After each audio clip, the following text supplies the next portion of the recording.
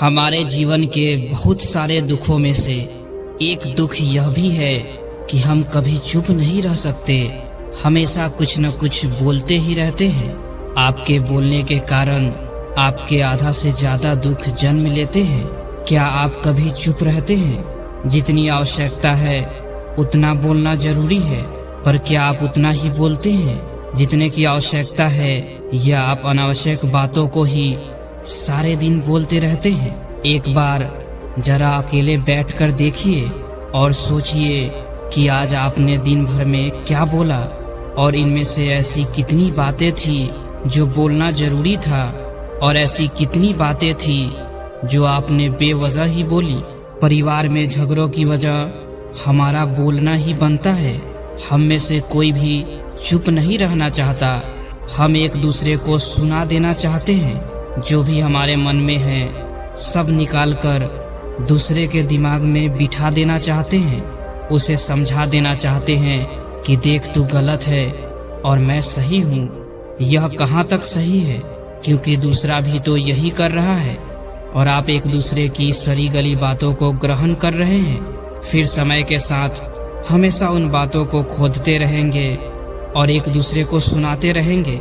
यह सुनने और सुनाने का माहौल जिंदगी भर चलता रहता है, पर इस प्रकार हम खो देते हैं अपना समय, अपना जीवन, अपनी सोच और समझ, और वह कीमती पल जो हम खुशी से जी सकते थे, जिनमें आनंद प्राप्त किया जा सकता था। और हम पाते क्या है? कुछ नहीं, सब व्यर्थ और नष्ट हो जाता है। हमने क्या खोया इसका एहसास कुछ ही लोगों को होता है। बाकी सब जैसे उन्हें अपने आने का पता नहीं, वैसे उन्हें अपने जाने का पता भी नहीं चलता। चलिए इसे कहानी के माध्यम से अच्छे से समझते हैं। और हाँ, इस कहानी के अंत में कुछ ऐसी बातें बताई जाएगी जो आपके जीवन को पूरा बदल सकती है, इसलिए इस कहानी को अंत तक जरूर सुने। एक गुरु का एक शिष्य बहुत ही वाचाल था। वह बहुत बोलता था। वह दिन भर इधर उधर की बातें एक दूसरे से लगातार बोलता रहता था। जब वह भिक्षा मांगने जाता तो अलग अलग घरों से अलग अलग कहानी लेकर आता और दूसरे शिष्य को सुनाता, और एक शिष्य की दूसरे से बुराई भी करता, और अपने आप को अधिक और अपने आप को बहुत महान बनाने की कोशिश करता रहता। खुद की ही बड़ाई अपने मुख से करता और कहता, मैं एक बड़े घर का लड़का हूँ, चाहता तो आराम से जिंदगी जी सकता था, पर मैं यहाँ सत्य की खोज में आया हूँ। मेरा बलिदान महान है। एक दिन गुरु ने अपने शिष्यों से कहा, आप सबको एक माह के लिए कोई एक संकल्प लेना है। इससे आपकी संकल्प शक्ति मजबूत होगी और आप में शक्ति का संचार होगा। तो आप अपनी शक्ति के अनुसार कोई भी संकल्प ले सकते हैं। आप सब में जिस किसी का संकल्प टूटता रहे वह अपनी दैनिक दिनचर्या में वापस लौट आए। सभी शिष्यों ने अपने अपने हिसाब से छोटे बड़े संकल्प लिए और गुरु को अपने अपने संकल्प से अवगत करा दिया। पर वह वाचाल शिष्य अपने आप को बहुत बड़ा दिखाना चाहता था, तो वह सीधे गुरु के पास पहुंचा और गुरु से कहा, मैं कोई छोटा मोटा संकल्प नहीं लेना चाहता, कोई अपनी तरह का एक बड़ा संकल्प लेना चाहता हूँ। कृपया आप ही बताएं, मुझे क्या संकल्प लेना चाहिए? गुरु मुस्कुराए और गुरु ने कहा, क्या मैं जो तुम्हें संकल्प दूंगा तुम उसे पूरा कर सकोगे? तुम्हारे लिए संभव होगा? मैं जो तुम्हें संकल्प दूंगा तुम उसे पूरा नहीं कर पाओगे। तुम्हारे लिए संभव नहीं होगा, इसलिए खुद ही कोई संकल्प ढूंढ लो। तो उसने कहा, नहीं गुरुदेव, आप जो कहेंगे मैं वही संकल्प लूंगा। आप बताएं तो सही, मैं पूरा करूंगा। तो गुरु ने कहा, ठीक है, तुम एक माह तक चुप रहोगे, कुछ नहीं बोलोगे, एक शब्द भी नहीं। शिष्य ने कहा, गुरुदेव यह कैसा संकल्प है? यह तो बड़ा ही आसान है, एक माह तक चुप ही तो रहना है।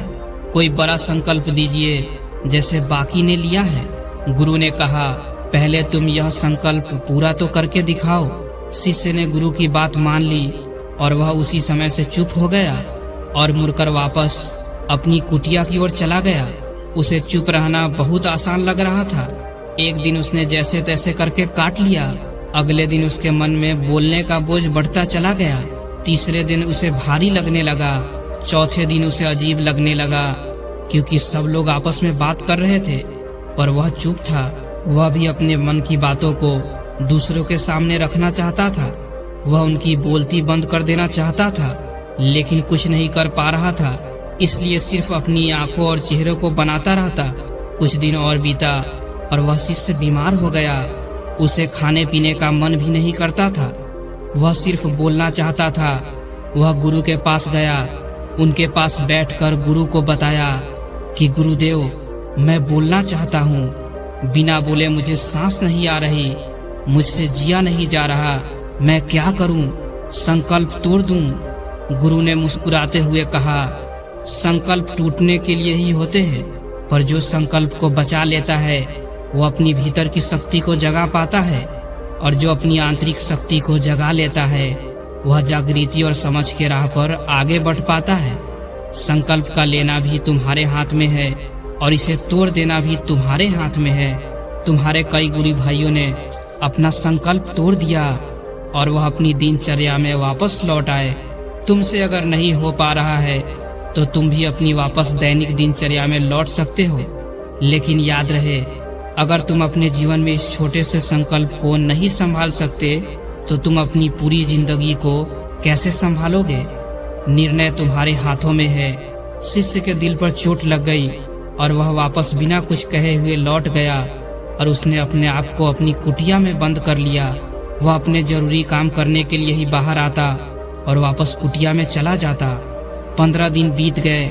लगभग सभी शिष्यों के संकल्प टूट गए थे, पर उस वाचाल शिष्य का संकल्प अभी भी जारी था। संकल्प लेने के बाद से उसके मुख से एक भी शब्द नहीं निकला।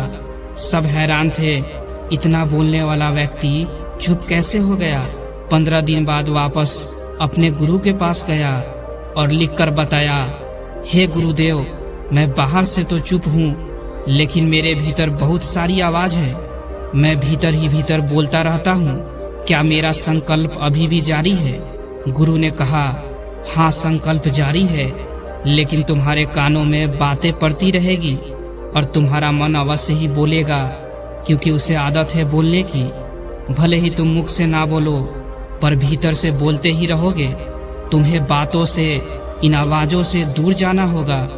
वह शिष्य गुरु को प्रणाम कर वहां से चला गया और अगले दिन अपनी कुटिया को छोड़ दिया और जंगल की ओर चला गया। संकल्प का समय भी पूरा हो गया था, पर वह वापस नहीं लौटा। सभी को डर था कि कहीं उस शिष्य को जंगली जानवर न खा गए हो। इस बीच उसे खोजने की बहुत कोशिश की गई, पर वह नहीं मिला। फिर एक दिन वह शिष्य वापस आया। उसे देखकर बाकी शिष्य बहुत खुश हुए और सभी उससे बातचीत करने लगे। उसने भी अपनी गुरु भाइयों से बात की। इसके बाद वह गुरु की ओर चल पड़ा। गुरु के पास पहुंचकर उसने गुरु से कहा, गुरुदेव, क्या मैं अब भी मौन हूँ? क्या मेरा संकल्प अभी भी जारी है?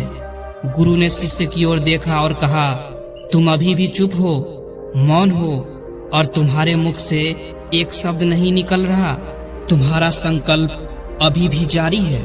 शिष्य ने कहा, गुरुदेव, जब मैं यहाँ से गया तब मैं मुख से तो चुप था, पर मेरे मन के भीतर बहुत सारी आवाजें थी, वह बंद नहीं हो रही थी। तो मैं जंगल की ओर चला गया। वहाँ आवाज और तेज हो गई। पुरानी से पुरानी भी आवाज मुझे सुनाई दे रही थी। तब मैं जान पाया कि मैं कितना गलत बोलता था। जब मैंने अपनी पत्नी को भला बुरा कहा था, अपने परिवार को भला बुरा कहा था, तब लगता था मैं सही हूँ, पर अब लगता है मैं गलत था। पर एक दिन इन सभी बातों को सुनते सुनते भीतर से एक एक करके यह सभी बातें खत्म हो गई, क्योंकि बाहर से कोई बात करने वाला ही नहीं था, इसलिए भीतर से कुछ आवाज ही नहीं आ रही थी। चारों ओर बहुत शांति थी। कुछ आवाज भी आ रही थी जो पहले भी आती थी, लेकिन मैंने नहीं सुनी। चिड़िया की चहकने की आवाज, हवा के चलने की आवाज, पानी के बहने की आवाज। इतनी शांति पहले मैंने कभी महसूस नहीं की थी। तो इस शांति को भंग करने के लिए मैंने पहली बार अपने मुख से शब्द निकाला। मैंने बोला, हे ईश्वर, यह कैसी शांति है? सभी इतना शांत क्यों है? ऐसा क्या हो गया? मैं चिल्लाया।